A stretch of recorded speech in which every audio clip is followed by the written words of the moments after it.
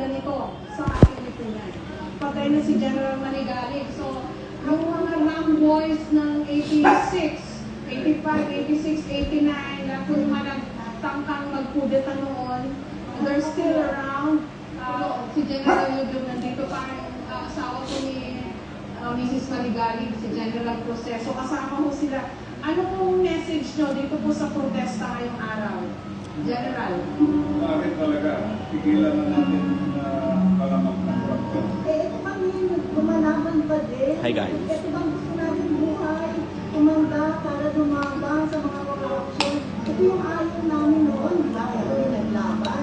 Pero ang dito pa din, dumating pa din yung kailangan bumakan pa ulit. Kawawa naman ang mga kabayan natin. Once and for all, itigil na natin itong korupsyon na ito. Kailangan managot. Managot lahat ang may pinagaman dito. Nasaksihan na natin ang malawakang mga protesta nung nagkaroon ng pork barrel scam. Eto na naman ang mga protesta. Bumabaka sa ating mga kalsada sa araw na ito. Ang tanong ng mga narito, paulit-ulit na lang ba ang nangyayaring mga katiwalian at kurakutan sa gobyerno? Ayan.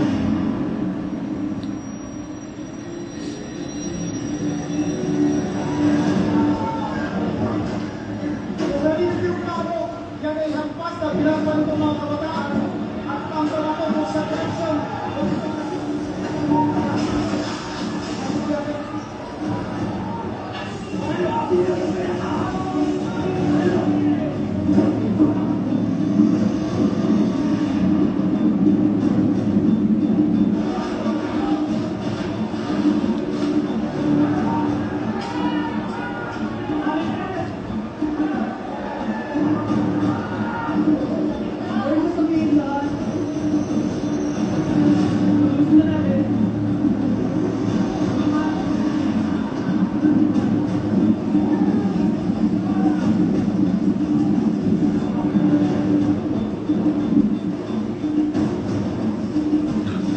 Hayop ka. Nanonood ako ng kay Andreas. Ang sunod-sunod na mga pagbaha mula noong Hulyo ang nagbuking at Wala, buhay na, buhay na. Napakalawak din pala korupsyon sa gobyerno. Lalo pat napakabilis na nasira ang mga ginastusan ng Grabe, sabi ko hindi ako iinom para makapunta ako sa Luneta. Tapos hindi ko alam kung ba't ako nalasing. Di tuloy ako nakapunta. Nagising na ako, alas 3. Sakit na ulo ko kanina. Tama na. Itigil na ang korupsyon.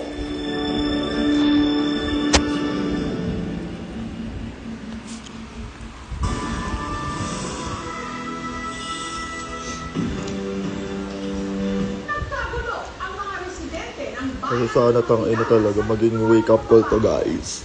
kasi